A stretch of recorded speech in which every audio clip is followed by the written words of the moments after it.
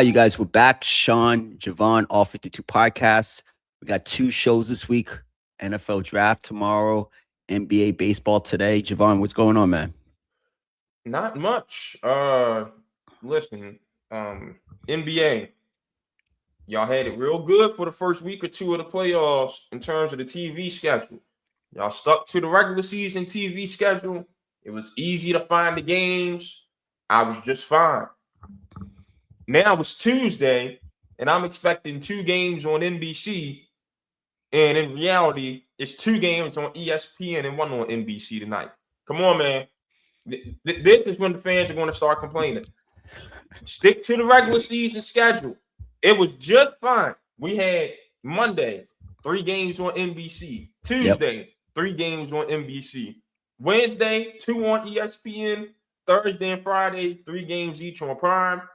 Saturday afternoon was Prime. Saturday night was ABC.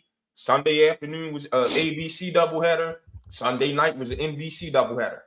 I knew where to find the games. I was happy. I'm a busy man. I don't like having to go to the ESPN app to see which channel the games are on, man. I That's what I don't. do. Come on, let's get back to some regularity. Yeah, that's exactly what I do. I go. Last year it was just on TNT and ESPN. That's where the games were. Just two places. That was so much easier. It's a And for the little. most part, they was really letting TNT do the whole week, and Yes. ESPN was doing the weekend. Yes. But now it's just all. The only thing I do like, I'm kind of surprised I'm going to say this, is the streaming aspect of it. I know you said TNT at the max and the ESPN has its own streaming, but I have Peacock and I have Prime. I can't lie. So Peacock, my girl's sister gives me it, and everybody has Prime. So I like that part of it because it's convenient for myself, and we're always thinking about ourselves. But I really don't like the mismatch. And I gotta be real. I don't really love the coverage of the NBC announcers. I don't love them. I like Tarico and Miller. Ego's all right. Grant, I think Grant's whatever. I don't know. I just always think Grant's whatever, to be honest with you. But I'm just not in love with it. I really like the Amazon announcers better. It's kind of like how I like TNT better as a It took team. most of TNT's guys, understandable. I think Yeah, Greg Hill and yeah, Reggie Miller are the only ones who went over to NBC. yeah. No, I get, but I don't know. Just maybe we got 10 more years of this. So what am I gonna? I can't keep calling. I gotta get used to it. They're not. They got $11 billion. They ain't worried about Sean Bryson. I think it's been fine. My complaint is with the fans with so much hate for inside the NBA again. Like, okay, yeah, Amazon, they can be the happy-go-lucky, Udonis Haslam. Yeah, of course he's going to, hey, DeAndre, I want you to know you're still that guy. It's Udonis Haslam. He can't criticize DeAndre Ayton the way Shaquille O'Neal with Charles Barkley can. What are y'all? Why don't we want to hear all-time greats be all-time greats? I don't know what the criticism. The only criticism I have inside I got one criticism. Go ahead. Shaq. At some point, Rudy. you got to give Rudy his credit. Absolutely. We're going to talk about it in a minute. We're going to talk about that. But at some point, I know you're the president of the Big Man Alliance. Jokic is a part of it. Rudy isn't. Jokic got to start getting some criticism that I'm going to dive into later. Got to give Rudy some of his credit. That's absolutely. You can't hold grudges, Shaq. It doesn't. And when you watch the first, we'll talk about it. Rudy deserves credit. Let's call a spade a spade. Rudy deserves credit about that. But I don't know the criticism inside NBA. The only thing I don't like the inconsistent times it comes on. I'm confused about that. That's the only thing. But I do think that the networks have gotten the teams right, the halftime teams or the NBC. They've all hit all home runs, way better than we have on ESPN when it's not inside the NBA. ESPN's team is 4th on that list. But I think Amazon and NBC has a great job of who they got for the team. Yeah. Listen, since Turner is not using inside the NBA for college basketball, ESPN just strike a deal to get them all year long. We don't want to see Malika Andrews, Kendrick Perkins No. Brian Windhorst, and whoever the fourth's going to be, probably Iman Shumpert with with Mike Malone leaving. No. Pay for inside all season, please. Absolutely. And Charles, do not complain about working too much. Just don't do the other shows. It ain't much. They do. It ain't much. It ain't much at all. They do Wednesday. Shoot. During college football and NFL, they only do Wednesday and Friday.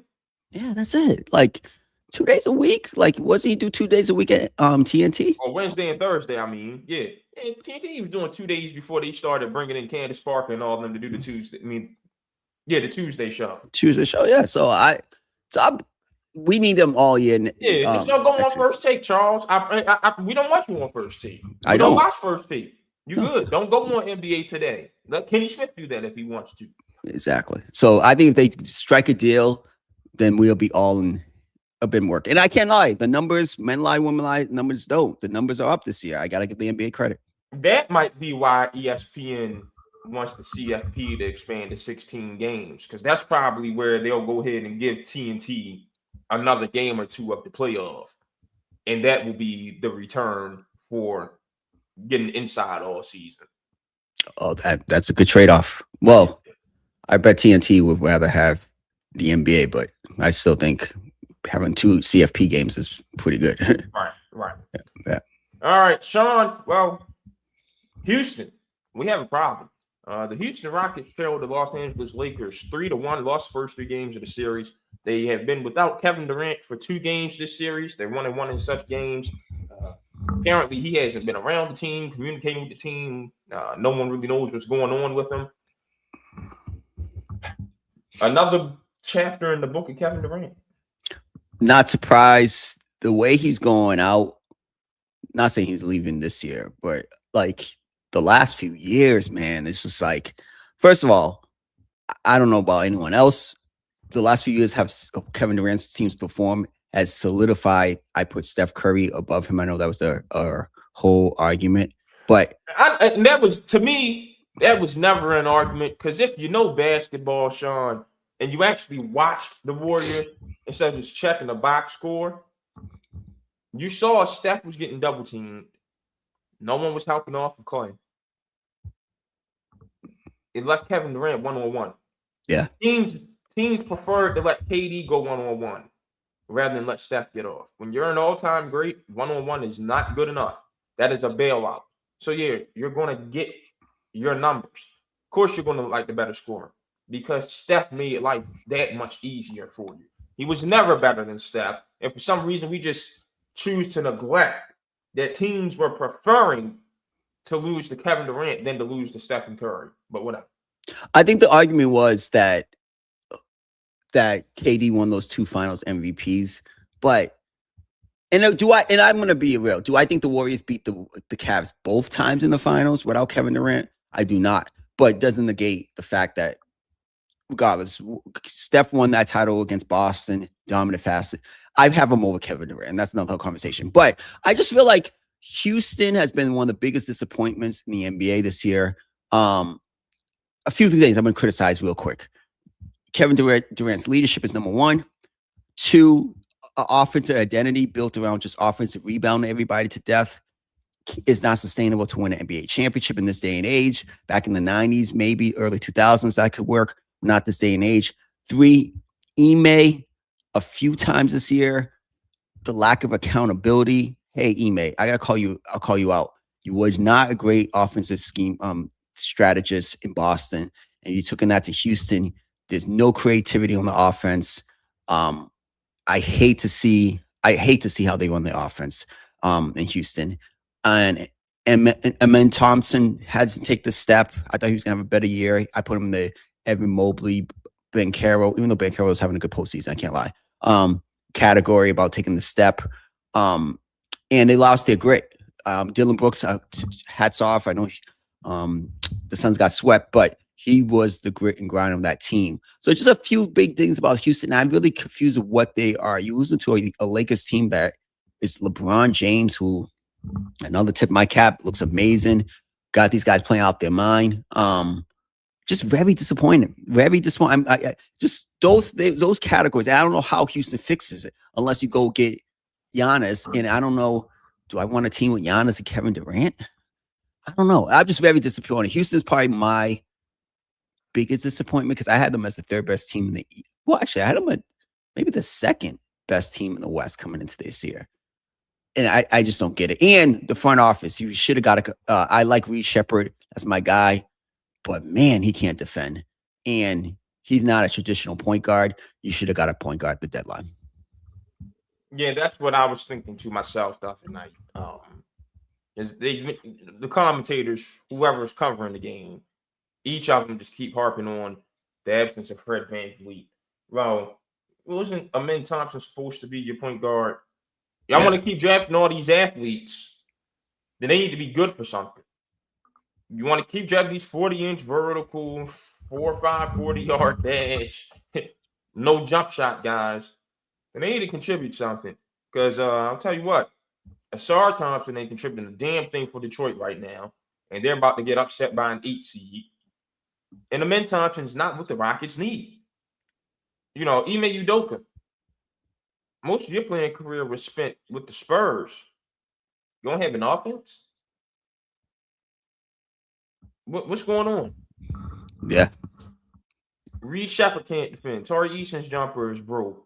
Jabari Smith I thought Kevin Durant being his mentor was supposed to make him who he was at Auburn, but now that's asking Kevin Durant to be a leader, and he's never been that. Yo, and Şengün's defense is terrible. Yo, let's keep it simple. No one likes you, Kevin Durant. Go home. Yeah, that's what it comes down to. Go and Wanda. I don't want to hear no. Oh man, my son was bullied. Shut the hell up.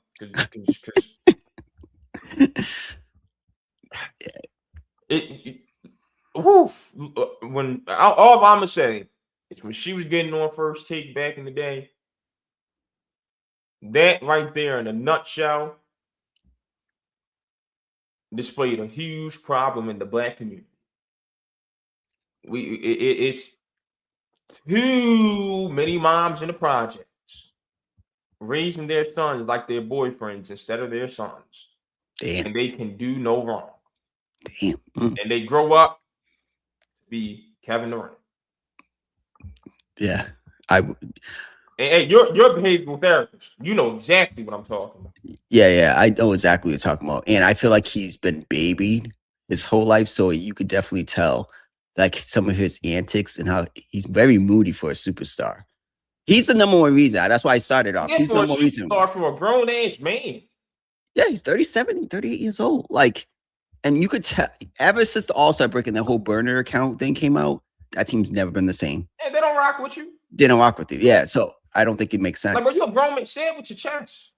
Exactly. And you're a superstar. You one of the elite superstars in the league. I think Kevin Durant, I don't know. I heard this on X, and you know, a lot of people are experts on X. Would they move off of Kevin Durant and trade him this offseason? Because if you do that, you gotta understand you got a lot of changes you need to make, though. Like, you need him going for locker room purposes. I told you before the season started, Sean, trade Şengün in something for Giannis because Şengün cannot be your starting center on a championship team, and his jumper's too inconsistent to be a power forward. Mm-hmm. And Houston and Detroit need to talk to the Thompson twins. Y'all ever going to develop a jumper? It's not going to happen, by the way. That's one of the biggest myths in the world. Jump shot development. Super athletes do not develop jumpers. And these cats didn't go to college either. They went to overtime elite, where you get no basketball development. Mm-hmm. It's never going to happen. They've been running and jumping by people their whole lives and getting by with it. They're not going to change anything. You see Ben Simmons. Yeah. Everybody keeps saying, oh, no. Look at Jaylen Brown. Who else? And Jaylen Brown's bouncy. And he's agile. But he ain't super athlete. I would have to disagree in this aspect. LeBron James could not shoot a lick come out of high school. How long did it take LeBron for his jump shot to finally be some type of respectable? Miami. Because Miami. I'll say this. his mid-range, his first stint in Cleveland was always fine. I think we over-exaggerate a little bit with LeBron's jumper. He had a mid-range game that first run in Cleveland. And when he got hot from there, his three ball would start falling. Where he would mess up is if he tried to start off with the three ball instead of getting himself in a rhythm first. The only thing, Javon, is they lost. They wouldn't have beat the Spurs anyways. But the whole plan in the finals of 2007 was pack the paint and LeBron shoot the basketball. Yeah, don't let him catch his rhythm first. Make him shoot first. Yeah, that's what his issue was. He was a rhythm shooter, but he was not as terrible as we remember. He was a rhythm shooter. That was the biggest flaw of his game coming out. It was the biggest flaw. Okay. But come on. I mean, when you're a top 5 player of all time, your biggest flaw is going to be exaggerated. Kobe Bryant's biggest flaw was his field goal percentage, which I quite frankly don't give a damn about. You're averaging 28 and you shooting 44%. That's fine by me as a 2 guard. We need to get back to that. And that's another topic I'm going to touch on when we get to Jokic, because all this field goal percentage watching and all this passing, LeBron, it's not good. You're bailing teams out. But all right, y'all know so much basketball. Yeah. So what? Damn. Are we breaking up the Rockets? They just got out of a league, though. Wow. Okay. It's their path forward for this team. So you keep Thompson, you keep Eason, you keep Shepherd, and you go get Giannis. What's that leave you in the West? Ime has to go get offensive coordinator. Eason ain't enough, by the way. You're gonna need another small forward. Eason's not enough, and he's shown it. But yeah, Thompson, Shepherd, but Thompson don't want to be. Does Thompson want to be your point guard? Because if not, he got to go. This is tough because I think the easy path is I will keep Durant though, and I would go get rid of Şengün, Eason, and maybe I would put Shepherd in the deal and go get Giannis, and then have Ime go get an offensive coordinator. I think that's the easiest way, and you can contend in the Western Conference with that team. I will actually give up 3 starters for Giannis who can't play 30 games. I was just gonna take that back. I'm giving up Şengün, and you can have your combination of you can't have Smith and you can't have Thompson. So you can have Shepherd, Eason. Yeah, I'm giving Shepherd and Eason and Şengün for him in a first round pick. I'm keeping Shepherd because I need a jump shooter desperately in Houston. You can have Eason, you can have Şengün, and you can have one of these first round picks I've gathered. And that's it. And that's it. All right, I got that. They have no shooting. And that's one of the biggest problems. If this is the offseason, I got to be real.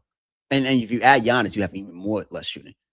The key for Houston to take the step is what Stephon Castle did this year, where Thompson is the key. Thompson is the key for the Rockets to be in that category with San Antonio and OKC. He needs to develop, because if he developed to the guy I thought he would be, a borderline all-star this year, I'm okay with keeping Şengün. But if you're depending on Şengün to be the number 1 option, I hate his style of basketball, by the way, but it's effective in his way, so I can't knock it. But I do think that Thompson's the key to their ceiling. KD needs another guy, and Şengün's game is not. He could have big moments. He set opening night the other night against the Lakers. He got big moments, but it's just not consistent enough. That's why I would go get Giannis. And the key for them is if Thompson takes that next step with those 2 guys, then Houston can be in that conversation. But if he doesn't, and even defensively, he wasn't good. His brother was way better defensively than him this year. So, did he make all defensive team this year? I don't think he did. I don't think so. No. So I just think I don't know. Houston, I think a lot of their problems will be solved though too if Ime gets an offensive coordinator. Like Ime cannot coach defense. Like it's not offense. It's bad. It was stale in Boston. It's even stale. At least have an identity to something. At least one thing I respect about Missoula ball, they have an identity to something. Stick to something. A lot of these teams in the league don't stick to nothing. They just want to pick and roll at the top of the key and trying to figure it out from there. Have some identity, and Houston has to figure that out. And you know what? Speaking of, and we were just talking about stacking inside the NBA earlier. He finally explained his stance on coaching. And it made perfect sense. He's like, no, my stance is specific to today's players and today's teams Yep. when it comes to coaching. If everybody's out here running the same stuff, which they are, Yes. the coach don't matter that much. I'm like, you know what, Shaq? I see where you're coming from. Because what's the coach adding at this point? Nothing. Y'all run the same thing. What is he bringing? A defensive scheme, rotations, and timeout management. All right, that's cool. But offensively, yeah, coach don't matter. If everybody out here running the same stuff, I ain't mad at you, Shaq. I understand when you let people explain their thought process, you start to really understand some stuff. I have to give credit to this. So I went to Phoenix. I saw the game live, and it's totally different when you watch a game live sometimes than when you like watch it on the broadcast. Yep. And so I give Golden State credit for this. They again, not everybody's gonna have Steph Curry and Klay Thompson. I get that, but they're constantly having movement and setting back picks and stuff like that. NBA teams could copy that. Like you don't have to have the greatest shooters of all time or top 5 greatest shooters of all time to run an offense that's more complex. And I was watching Phoenix offense. It was spread them out and pick and roll and get to your spot, right? It was no motion, nothing. And I actually made me realize, I was like, damn, Golden State won 4 titles. And again, not everybody's going to have those guys, but you can form the offense. I keep saying that everybody wanted to go do these analytics. So we playing like Golden State. No, y'all aren't. No. Golden State played actual basketball. They yes. be able to shoot. So exactly. They're extending their zoom actions and their flare screens and their Iversons from the long 2 to the 3. That's all they did. They just took actual offense and brought it out an extra 2-3 feet. That's it. That's it. Y'all out here running high pick and roll and just get up as many threes as possible. That's not the Golden State way. High pick and roll, spread. But we let all these white boys from Silicon Valley that can't shoot a layup get involved in the game and convince you that sports are decided by spreadsheets, literal Excel spreadsheets. And now here we are. Yeah, it's bad for the game. The game is boring that way. And I hate it. When I watch it, I'm like, you have a little bit of offense. Like, and that's why I agree with you 100%. I didn't even think about Ime. You were under pop. There's no reason your offense should look like that. And speaking of Steve Kerr, that's why I say it. Look, you go like watch a Warriors game. You will see it's nothing but Phil's triangle. Yeah. And Pop's pass to a space offense combined. That's it. That's it. Simple as that. It could be run. It could be done by other teams. It could, again, not the clip that Golden State had, but it could be run. And that's my thing. If I look at things this way, if this is successful, why wouldn't I just run the same thing? I don't understand why teams do it. And people want to watch college basketball. And when I watch college, I don't watch Alabama. If I want to watch Alabama, I'll turn on the NBA. Sure, very similar styles. Very similar styles. You said in the group chat the other day, you saw Bob Myers next to Daryl Morey. Yeah. Oh yeah. Josh Harris, make that switch. Number one. Yeah, it's Daryl time. Morey don't need another NBA job. He can go down to Bama and be Nate Oates' GM. That's where he belongs. Yeah. Yeah. Bob Myers, very cozy with Josh Harris and Pars. Definitely. If I'm Josh Harris, if I'm having the guy who got 4 titles, I already seen what you've done. I've given you ample opportunities, Daryl. He's the next president of operations in Philadelphia. Suppose that. All right, Sean, in your neck of the woods, the Boston Red Sox have cleaned house. Speaking of Boston, I got to catch up with my boy Howard Bryant. What was that last week? Week before? One of them. Always great to see Howard. Loved his podcast with all the smoke baseball the other day. I watched the whole thing. Amazing. Sean, he's got some stuff coming up. Oh, does he? Is he working with that network? Yep. Okay. He was amazing. Some of his stories about Griffey, liking him and stuff in the steroid era in baseball. I watched the whole thing. I was like, it was great. I feel about to strike. That's exactly like baseball. You can't mess it up this time. Everything he was saying, genius. I'm glad he's back on the platform. Yeah. So I was telling him, like, hey man, all smoke baseball has been It's been good. He's like Kenny a Lofton. pleasant surprise. I said, yeah, I didn't think Matt Barnes was that much of a baseball fan. Matt Barnes is great talking baseball. I saw the Kenny Loft. I went down a rabbit hole because I was just chilling I watching saw it. the Eric Davis one. Yeah. Nick Eric Swisher's pretty Davis. good. Yeah. They got one. They got something over there. I love it. Like they had Bonds on there talking about Otani and those. I give them a lot of credit. That's a good. And then when I said Brian working there, I was like, oh shoot, they got something. They got something there. You know, hate to be that guy, but Matt Barnes without Steven Jackson. Go on. Wait. Listen. It's that. I don't know. That brother just lost cause to me. Love him as a ball player. Heart's in the right place sometimes. I don't know, but yeah, Matt without Stack is just fine with me. Don't want to be divisive, but Matt is the star of those guys. I can't front. Matt will have a long career and do whatever he wants in this. But I love the baseball aspect. All right, we've gotten the Red Sox. Very surprising. When I was in Arizona, one of my friends, she's a big Red Sox fan. We were just talking about the games. Then I come back. The Yankees sweep them. Then I see they fired Cora. First of all, this is my only thing. And I don't get how people do this, but whatever. Whoever gets cozier to the owner has the owner's voice, right? So it's ear. So Breslow is the president or whatever the case may be. He's close to the owner. You fire Cora once, bring him back, and then there's a dispute between the general manager, the president, and him. And you choose the president side. That doesn't make sense to me because Cora's one of the best managers. If I was Cora, I'm like, I'm chilling. The Mets job might be open. The Phillies job might be open. He's going to bounce back. The Phillies job ain't a mic. That is open. It's definitely going to be open. Houston, if they, you know what I mean? There's so many jobs. He's going to be good. He's good. Him and his coaching staff are good. I just didn't get what has Breslow done to you put your trust in him. Because we keep saying he needs to surround that rotation with some bats. Yes. He still hasn't done it. We were fine with losing Bogarts because him and Devers, we're fine losing both of them because they both were just the worst combination on the left side of second base that I've ever seen. But what did you do to replace them? Exactly. You brought up a great point. That seems to be a real baseball thing.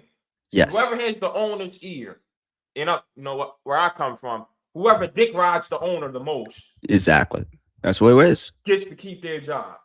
Makes no sense. It's the same issue in Baltimore right now. I don't know how you let Elias fire Hyde and you don't fire Elias himself. Not only do you not fire Elias, you give him more power, you let him promote more of his idiot buddies, and you let him run the media that's critical of him out of 10. Makes no sense. And no, I don't get this. And this is the worst. Hey, what happened when in Buffalo to Bean with the owner and they got rid of what's his name, McDermott. Listen, I don't get this. I've seen when I watched the last thing, I still don't get this. Jerry Reinsdorf chose Jerry Krause over Phil Jackson. That don't make sense to me. Alex Cora has won, and everybody knows he's one of the best managers in baseball. You chose him, this guy who hasn't done anything, over this guy. I never would do that. I'm like, all right, well, I'm gonna let him go. For example, in Minnesota, I was never mad that they kept KOC and fired the general manager. KOC has shown me something. I'm gonna say KOC over the general manager. The general manager hasn't drafted well. So I'm gonna come to the defense of the brother. He wasn't calling the shots, apparently. Oh, okay. Then that's different. I thought he was calling the shots. That's completely different. He came out this weekend because he's actually active on Twitter. Okay. And there was something Minnesota had going on that the fans weren't happy about. And he's like, I told you I wasn't calling the shots. So okay. All right, then that's different. That's different. Laying off the same thing. We gotta lay off Pat Riley because apparently the worst kept secret, if you live in Miami, is that Mickey Arrison's son has been running the show for the last few years. And Pat hasn't had the final say. Well, I would say this in that case. I was watching Jerry Jones's thing on that. First of all, that Jerry Jones documentary with the Cowboys was really good, amazing. I recommend you watching it. If I own the team and Nicky Harrison's son is the guy with his dad, I'm gonna have final say. Like you could have the decision, but you got to bring it to me, and I'd be like, okay. I don't. If you own the team, Javon, it makes sense. You right, but y'all harming the team. So y'all gonna make that other side of Zion list with the Cowboys. So you go ahead. But that's been the case. That's been the case since '95. Mickey's on the team since 1995. No. Oh, his son got involved. His son got involved. His son has gotten involved and has been overruling some of Pat's desires and decisions that have impacted this team for the worse. But I still don't. The son owns the team. You're right. Hey, all I'm saying is blame him. Then don't blame Pat anymore. That's all I'm saying. Okay, that's fair. That's fair. But I was on Pat's side when that report came out, and then Pat has his press conference, and he lost me again. Yes, he's like, I wouldn't trade Bam Adebayo unless it was for Wemby and 8 first. Bro, so no, Pat. I'm gonna go ahead and steal a line from a brother that's down 1-3 right now. I would trade Bam Adebayo for a box of crumble cookies. I get it. I get it. No, Pat. So no one can tell me Pat doesn't have a significant say. Does he have final say? No. But saying stuff like that, I was going to say, I watched the whole press conference. I love Pat's press conference. What I'm saying, though, is it would explain to me why we hear their names for each free agent. And we hear a deal was almost done. And then it didn't get done. To me, it says Pat's trying to get these guys. And Mickey's son comes in at the last minute. Nah, we ain't doing it. Do you think, for example, we use the Patriots, probably the best dynasty we've seen in sports in the last 20 years. Definitely the best dynasty. Do you think it makes sense to give one power, Bill Belichick, the power over a whole organization? I don't think that makes sense because when it's time to give it to Brady, everything needs checks and balances. Yeah, I would have been like, "Yo, no." But when the checks and balances are bad, is when you get these situations. Okay, no, I agree. But if I own a team, I'm not saying I want to let you do your job, but it's got to make sense. And again, I see what you're saying, but Pat lost me too when he said, I watched the whole thing. I'm like, Bam is. That guy made a great point. The announcer, Atlanta, Indiana, Toronto traded their best player, and they were able to. He was like, nah, but they're not Bam. And I'm thinking, who is Bam? Who is, first of all, he ain't Bam anymore. He back to his government, Idris. Who is Idris Adebayo? Who is he? I don't get it. I didn't understand that comment. I'm like, what's Pat talking about? It don't make no sense. But my point is, Cora does more than Breslow. Cora is better at his job than what he is at his job. He should still be the general manager. To be the manager, I would have fired the general manager. Simple as that. Simple as that. Simple as that. There's no other argument about it. Cora has a World Series ring. He's a university recognized as a top 5 manager in baseball. Players love him. They see the Red Sox players came out was like, yo, that didn't make sense. Some of those guys came out and said it like, yo, what do we? I talked to some of my people back home. They were like, yo, why were you firing him? It's 10-17 in April. That didn't make no sense. They came out the next day, and the same thing the Orioles did to them Friday night, they did to the Orioles Saturday morning. Which, by the way, I'm sitting here talking to my homeboys because they're like, yo, the Orioles hit 3 home runs in the first inning. I'm like, huh? I look, we whooping them. I'm like, we're gonna get work tomorrow. Just wait. Bat's gonna go cold. We gonna get worked. And it happened. And they turned around and did the exact same thing to us that we did to them. It works that way sometimes. But they won the series, and then they beat Toronto 5-0 last night. So maybe this lit a spark under the players. Maybe that's going to be the benefit. But I mean, like you said, I'm not a fan of losing Cora. And I mean, at some point, we got to start blaming players for their performance also. Roman Anthony's batting .218. Ain't he supposed to be the second coming? Roman didn't look good in the WBC either. No, Trevor Story's batting .191. Jaron Durant's batting .179.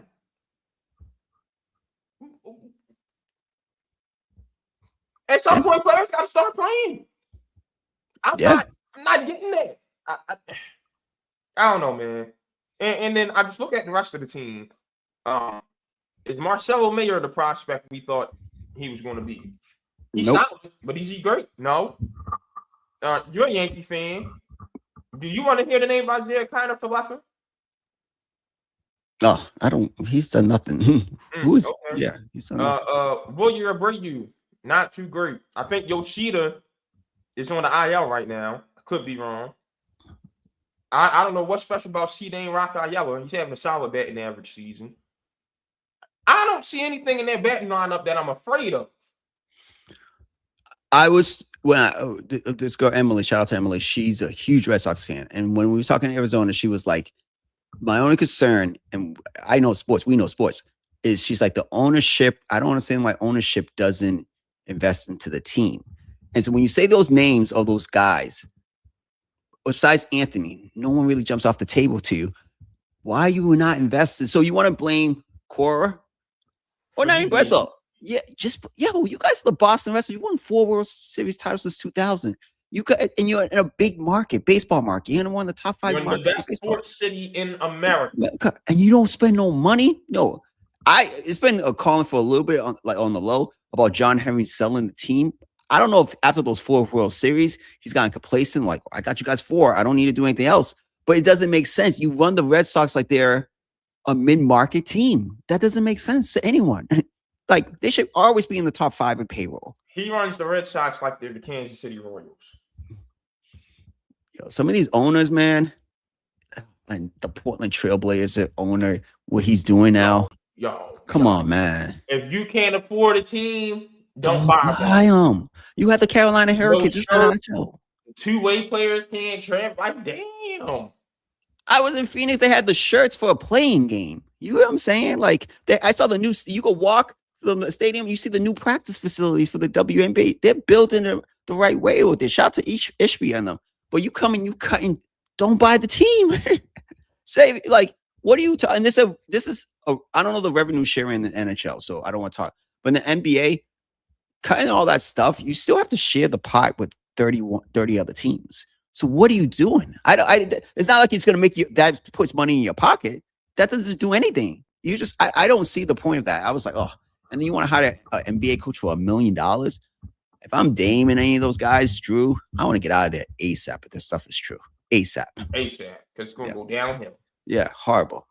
All right, Sean, take me to the Rockies. All right, so the Nuggets. I have the Nuggets been bailed out. DiVincenzo's out with an Achilles, tough injury. Anthony Edwards is out for a couple of weeks with a knee. The Wolves are up 3-2 now after last night. Will the Nuggets come back and win this series? What's your thoughts?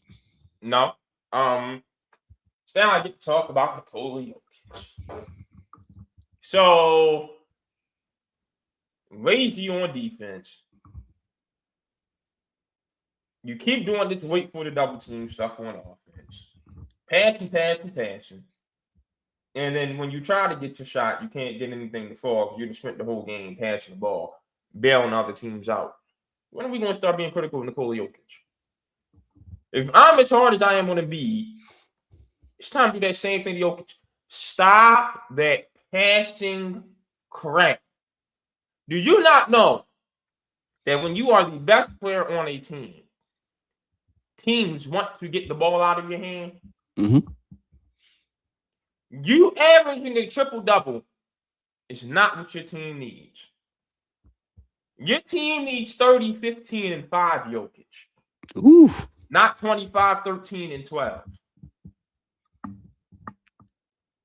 When the Spurs were hot, what were teams doing? We want to turn Tony Parker into a patch. We want him to be a point guard. We don't want him to go into his combo guard move. Shaq used to say it all the time. He said, man, when I was in Phoenix, it was real simple. We wanted Tony Parker to have 20 and 12. Because if he had 28 and 7, the Spurs were unstoppable. Yep.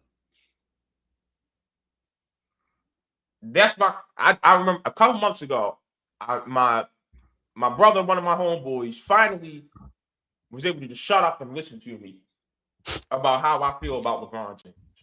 Now I broke it down to him simple as this. I said him doing all that passing let teams off the hook for so long. And it made no sense because you saw whenever he played fever ball with Kobe and them, when he got to Miami, whenever he played the 4 and just stayed off the ball and just decided I'm going to run through the rim and show y'all that I'm a freight train, couldn't be stopped. Had he done that his whole career, LeBron James would probably be unquestionably the greatest player of all time. Yeah. But instead, I want to be this fake ass point forward. And I'm going to kill the shot clock with how much I hold the ball. And I'm going to bail teams out by getting the ball out of my hands. And now you're 4-6. That passing stuff hurts your team. So yes, give me Kobe Bryant averaging 28-5 and say what you want about the field goal percentage. I see 5-2. Mm-hmm. And it wasn't meaningless because Kobe Bryant, he got all the scoring championships you think he does. How many does he have? Nowhere near the jack that you thought he was. Because look at how much offense he initiated under Phil Jackson. Mm-hmm. Matter of fact, there was a stretch where D'Antoni had Kobe running the 1. Yeah, he won. He was averaging like almost 10 assists. And he was hooping. He did the same thing at the 1 under D'Antoni that Jordan did back in the day at the 1 under Doug Collins. 87, I think. So, like, again, all this passing stuff, anyone who can score can get assist numbers.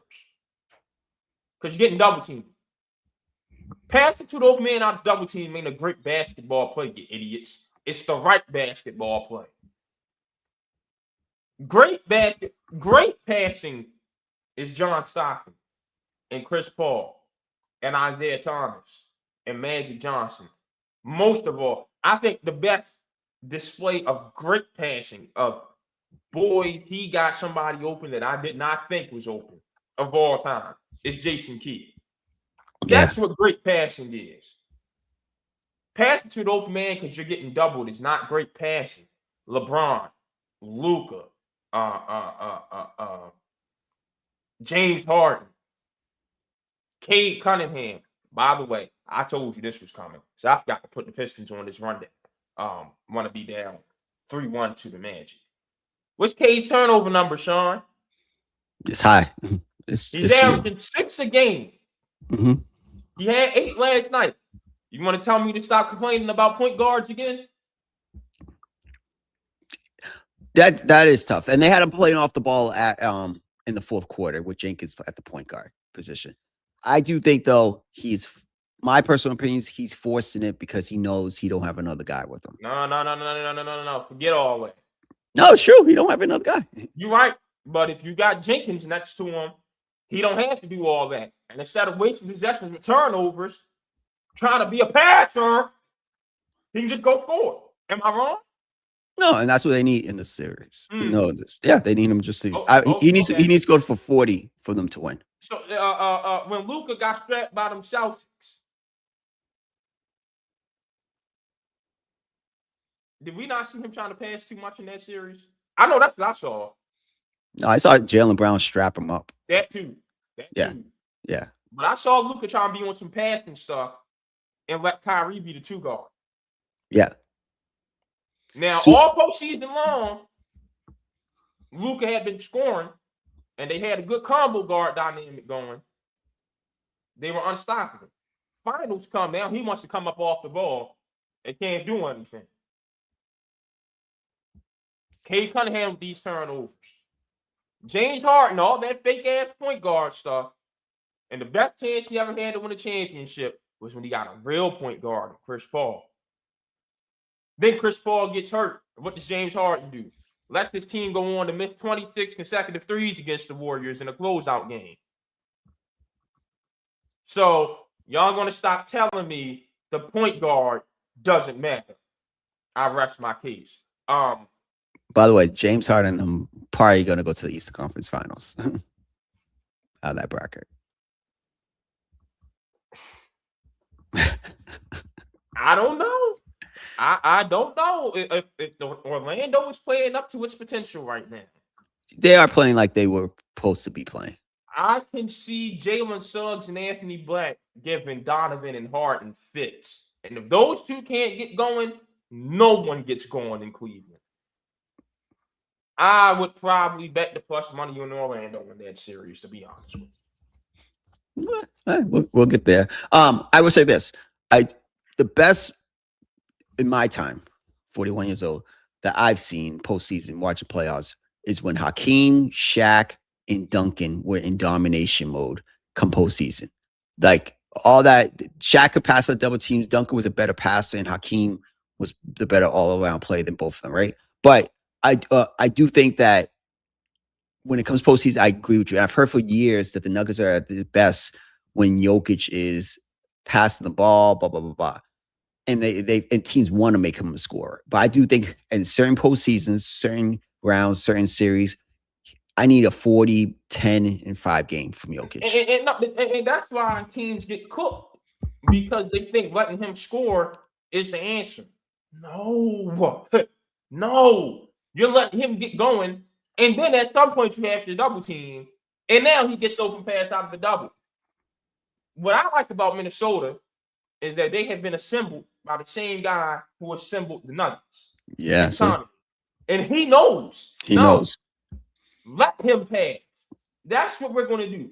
We want him to pass. Make these other guys beat you. Who can go one-on-one besides Jamal Murray on the Nuggets? No one. No one. No one. They don't have another baller there. Why do we want him scoring? No. Let them score. And now here you go. And again, no interior defense without Aaron Gordon. Jokic, I'm seeing him play so lazy. At some point, when is defense going to matter? And it's just so perfect timing, because I just saw a whole bunch of young and dumb idiots on a start bench cut or whatever. No, they asked who was the worst out of Shaq, Kareem, Olajuwon, and Jokic. Like it was even a discussion. It's clearly Jokic. Yeah, Jokic is the worst. Clearly Jokic. It's not even a conversation. You know why? Because Hakeem's the all-time leader in blocks. You weren't scoring down on Kareem, and he was rebounding. And Shaq actually played defense when it mattered. Playoffs came, all it. But we got to stop looking at regular season Shaquille O'Neal. There was literally, in LA, because he played defense in the regular seasons in Orlando. When he got to LA and he got big, Phil Jackson's whole thing was, I got to save him for the playoffs where he's going to get beat up. I just want him spending the whole regular season getting warmed up so he can be the Diesel come to playoffs. And come to playoffs, he's out there swatting shots and dunking on 2 people at one time. No defense from Nikola Jokic. It's not in that conversation with those guys. And he's by far the slowest and least athletic. Yeah, Jokic is not the same as, I don't put him above Chamberlain, Kareem, Wilt, Russell, Hakeem, or Shaq. I'll put him over Bill Russell. I'll put him over Bill Russell. Yeah. I think that could be an argument. But he's in that 6-7 range of greatest centers of all time. But I agree with you 100%. I can't really disagree with you. I need to see Jokic. And I got to give Rudy Gobert his credit. We talked about it a little bit. He's played really good defense. And we got to give him credit. The toughest series. Jokic. Yeah. In the last two defense is all mental. That's all it is. It's mental. He's not scared of him at all. And this series alone made me realize, I'm like, all right, let's give him some more credit. Do I think he's a $200 million worth center? No, but Jokic is the best player. And I saw Nick Wright say this. And I hate to quote Nick Wright because I think he's a goofy, but I do think this type of series, we got to start putting in question, is Jokic the best player in the league?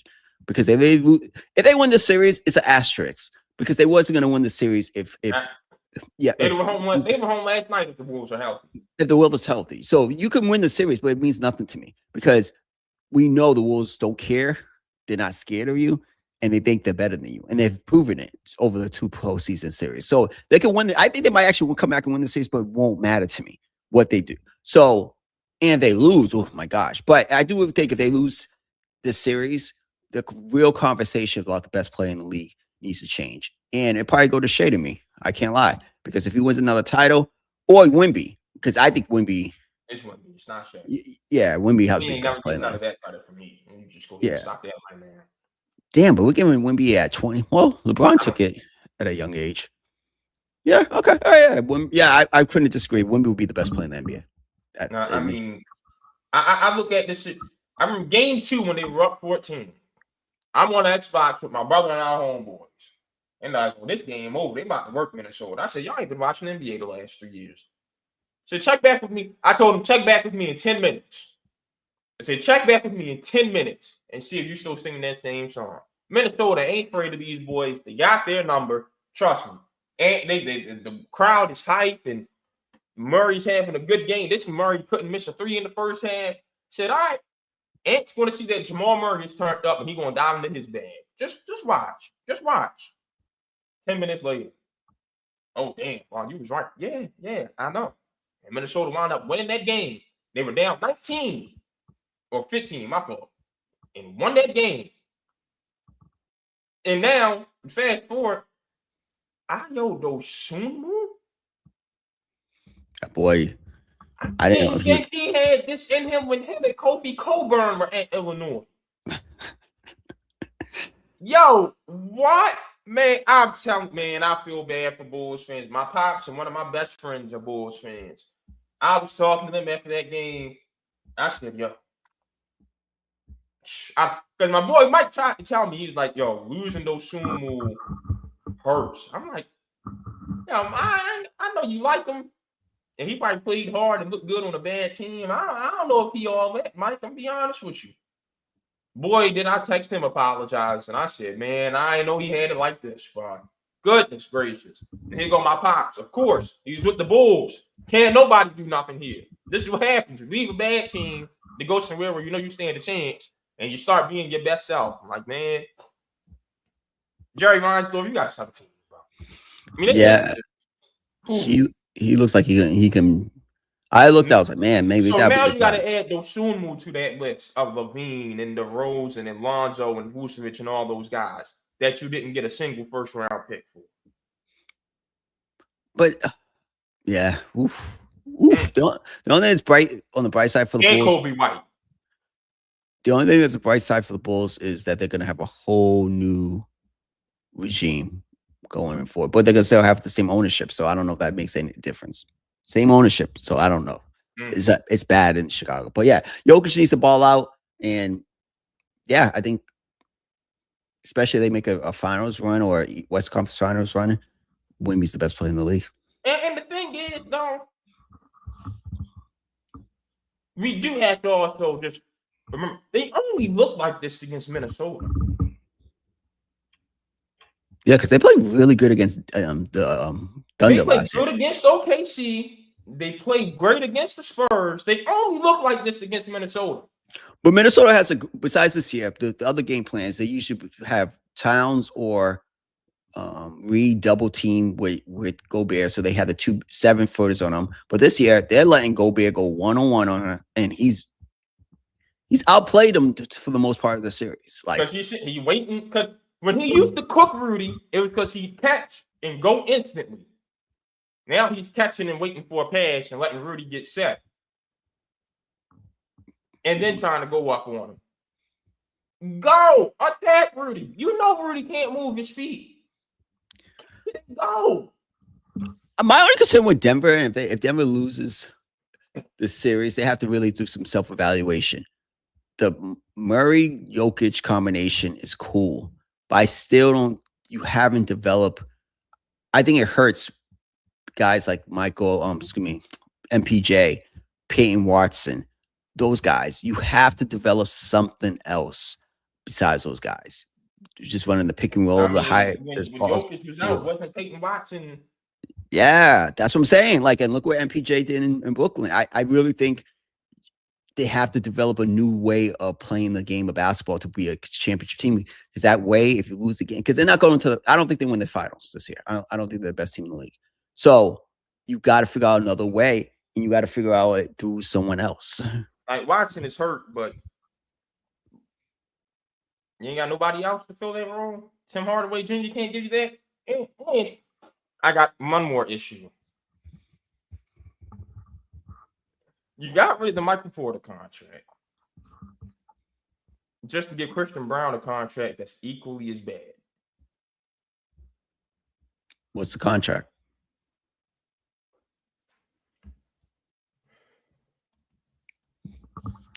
Is he a free agent? No. 5 years, $125 million. To do what? To do what? Yeah. Like you, yeah, that's not a good contract.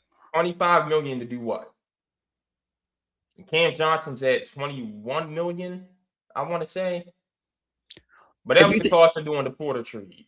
And that saved you money, actually. So that's fine.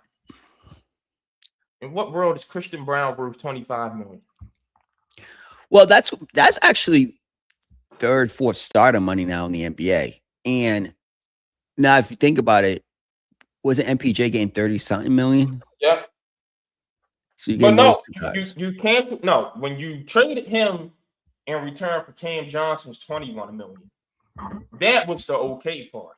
You can't then add $25 million to Christian Brown. Yeah, that $25 million got to go to somebody who can do something. The problem is that $25 million might have X you out of keeping Peyton Watson as a free agent this season, this summer. And Peyton Watson's a better player than Christian Brown. Yeah. And let's call a spade a spade. Contracts in Denver, man. Cam Johnson has not even played like Phoenix Cam Johnson. Yeah, he ain't been that guy. He ain't been that guy. Yeah, he's been stealing money for the most part of this season. He had a good game last night. I'll give him credit, but he's been stealing money for the most part. From three though. I'm listen. 8 for 13 is cool, Cam Johnson. I ain't paying you to go 2 for 7 if you go 8 for 13. I'm paying you to go 3 for 7, 4 for 7. I'm paying you to guard the best player on the other team and be an effective defensive player. That's what I'm paying you for. Yeah. And he has not been that guy. So he's not been like. So I'm saying he hasn't even been Phoenix. Hey, that's what playing bad basketball does to you. It'll corrupt you. You spent enough time in Brooklyn. Yeah, it's. I don't know. Denver has some issues. Sean, let's go to the base. Steve Kerr's future is apparently in limbo. We don't know if he's going to be back next year or not. He's won 4 titles, got 2 Western Conference Final wins on top of that in his 12 years as head coach of the Warriors. Apparently, they don't want Steve Kerr to come back for some swan song. They want him to come back with a renewed sense of urgency to go win and have some serious changes and a detailed plan of how to get the Warriors one more championship. Don't know if he's got it in him. The way he was sounding this season, he sounded like it was a swan song, The Last Dance, saying he didn't. This is the first time I've seen a coach not really invoke hope in his team. And I know Draymond's gone on his podcast is like, well, he's being honest, but I think some of that stuff could be left unsaid, especially if your guy Steph Curry is still a top 15 player. Go ahead. Go back. And Draymond said what? That some of the stuff that he agreed with Steve Kerr about, like it was okay that we're in our last day, we're out of our championship window or whatever the case may be. I forgot the quotes. Hold on. No. Ain't this the same dude who come out every year guaranteeing the Warriors going to win a championship? Then they going to have talking trash on behalf of Stephen Curry, who ain't asking you to do it at all. Now, Steve's being honest. Get the hell out of here, man. Yo, he is a clown. Go ahead. Yeah. So I just think I agree with the ownership. First of all, the owner, Lakem, is very competitive. Dunleavy is competitive. I want a coach who believes we have a chance to win an NBA championship. or why are we spending? Why are we giving all? Why we have these assets? Why do we have all these older players? If I want that, let's just trade them all. And actually, I was playing 2K last night, the Celtics versus the Warriors, with the all no injury free rosters. With Butler, they bring Porzingis back on a short term deal. Steph, Draymond, I think you even said it. Moody, Melton. It's an intriguing team. It's an intriguing team. I'm not gonna lie. Is it better than OKC and San Antonio? No, because they're young and athletic. But it's intriguing. And I just think that, and maybe go get LeBron too. I think that Steve has had this finality mindset, and maybe he's off to a political career, and he's already thinking about more important issues than basketball. But if my organization's worth $10 billion, whatever the case may be, I'm invested in it. I need you to be invested in it. So I'm not mad. Or let's hire Jerry Stackhouse or Terry Stotts or someone on that bench. Hire someone else. But there has to be a renewed sense of purpose, and we have a chance to win. And Steve hasn't brought that a couple of years. So I do think he'll come back. I think he's going to see it through with Steph and Draymond. But I do agree. I don't want you coming back thinking, oh, well, we're just going to ride out these last couple of years. No, we're here to compete. And if you're not here to compete, we got to bring in some young blood.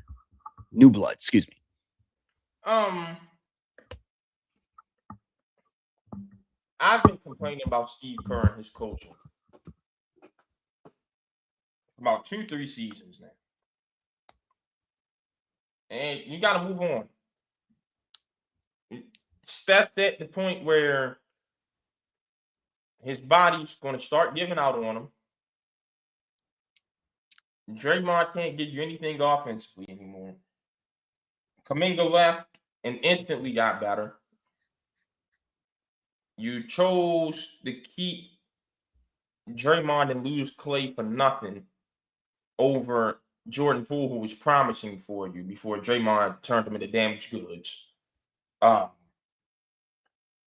You just mishandled so much in your franchise since that last championship that it's almost impossible to recover from it. You've got injuries that are going to keep you from being anything next season, because Jimmy Butler's going to be out for a good portion next year. Moses Moody probably doesn't play at all next year. Who knows if you're getting Porzingis back, because you don't have the bird rights to him. So he cannot come back on the same salary that he has now. You're not going anywhere. The James Wiseman pick looks worse and worse every year, but that's hindsight is 2020. Back then, I was saying Wiseman was the pick, so I ain't gonna kill him too much on that. But it looks worse and worse each year. Well, who are they going to take? LaMelo? I've always said Steph's last few years of his career should be spent at the 2. It probably would have worked. They would have been able to give LaMelo the structure that he needs. LaMelo's in like year 7, man. Hey, and we're talking about rookie. You have him from the time as a rookie to now. Okay. You can put your own imprint on him. Okay. Yeah, it's too late for him now. Yeah. I'm just thinking about that guy in the playing team. Yeah. That was some of the most unserious basketball I've seen since, we could go to Breed, where I grew up in, and see more serious basketball, the way LaMelo plays basketball sometimes. Talented kid. Just, I don't know if I would want him as a serious player. But no, I just think it's time. Like, things are meant to end. If I was Steve, he has a big career. He's 60 years old. He's still young in politics. It seems like the writing's on the wall. And if I'm him, actually, the Democratic Party don't really have anyone. He might be the face. Sean, come on. No, Donald Trump won. It's a possibility, man. Anything's possible. Steve Kerr is not getting my vote to be no daggone president of the United States. Come on.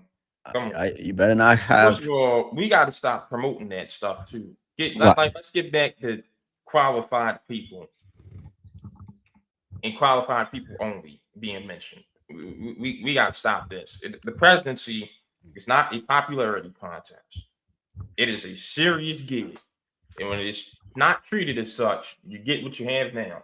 A president that's faking assassination attempts whenever his numbers drop. Or you faking an assassination attempt to get a new ballroom in the White House? I'm just saying, 8 out of the last 12 years, the president hasn't been a typical politician. Anything's possible. Steve, And that's not a trend we need to keep up with. my man just shut down my idea of bringing Steve Kerr. Listen, the Dems on life support with their options. I'm just saying, think outside the box. But again, that was a great article. I think it was the New York Times I read about Steve the other day, and yeah, I think it's time. I don't know if he has the fire anymore to be the head coach, and I think those are the conversations. He don't have the fire anymore. I would bring the Stackhouse or someone else. Sean, what do you think about the Mets' 12-game losing streak? The first thing I thought about was Mendoza's not going to last throughout the regular season. Just really surprising, but also not. Soto messes up a little bit of this season. I wasn't in love with this Mets roster. The only team I really like and they're playing better was the Braves. I thought the Braves were going to be much better than they were last year. They had a bad start to the year, and it just continued for some reason. But there was too much talent on that team for not. Surprised about the Phillies. Surprised about what Miami. Oh no, I told you the Phillies were cooked. Yeah, you did call. You called me. You did call that out. But I'm not. 12 games is a big exaggeration that I expect the Mets to lose 12 games in a row. But I didn't really love the team, like when coming into this year. So I'm not surprised they're struggling where they're at right now. There is a guy on social media who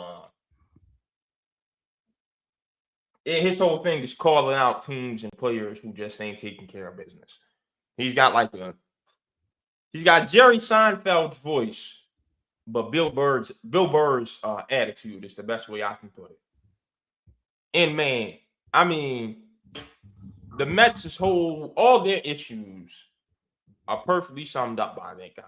And I got two names for you: Brett Beatty and Mark Vientos. I don't know what the hell they've got going on. Lindor, I don't know what he's got going on. I can talk about the Mets whole season by saying just those three names and be fine. Juan Soto's coming back. That's going to help. I think their first win came they snapped the streak either his first game or second game back. Cool. But, I mean, defensively, they stink. I don't know what they're doing in the batter's box. I mean, the Mets, it's just bad baseball and Flushing, Queens right now. And did you tell me, or seen this on X, that Lindor and Soto's having some beef? And them two got some beef going. I mean, at some point, you got to learn you can't buy a baseball team. You have to build a baseball team. I think that's the missing part. What people think about the Dodgers. Yes, they spend a lot of money, but they build a foundation first with young guys in development, and then they were able to supplement those guys. So they might be getting ready to pay for it. Like, I'm not worried about Ohtani slump. That's fine. But Roki Sasaki, he ain't worth that contract. No, he looks like a high pay reliever. Like in short stints, he needs to be a high paying reliever. I do think that I'm okay with the Mets Steve Cohen's approach because that's the way I grew up with Steinbrenner's approach. I'm not mad at that approach, and I love the general manager they brought from Milwaukee. It's just spending money to spend money don't work. You got to spend money on the right players. Juan was the right player. Lindor at the time was the right player. I don't think Lindor has lived up to. The problem is Lindor hasn't lived up to being. At the time, he was the top 3 shortstop in baseball. He hasn't aged well with that contract. And I don't love their pitching staff. I do think patience. I think money with development is the way to go. Follow the Dodgers. You got to pick a window. You either go all in with money or go first or development. You can't do both. And I think with the Mets, they're trying to do both.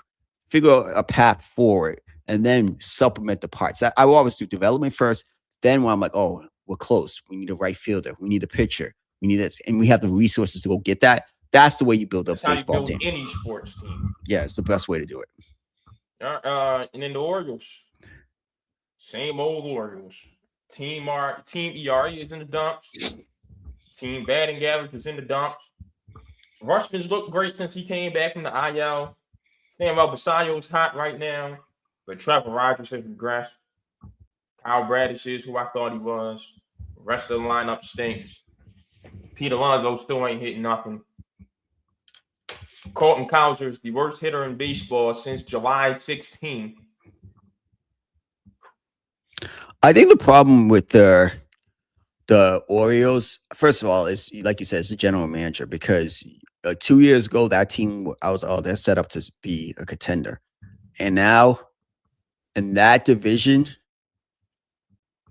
I put them in the same category as Tampa. I think New York. Tampa's 17-11 and 1.5 games out of first place. Don't put them in that same conversation as Tampa.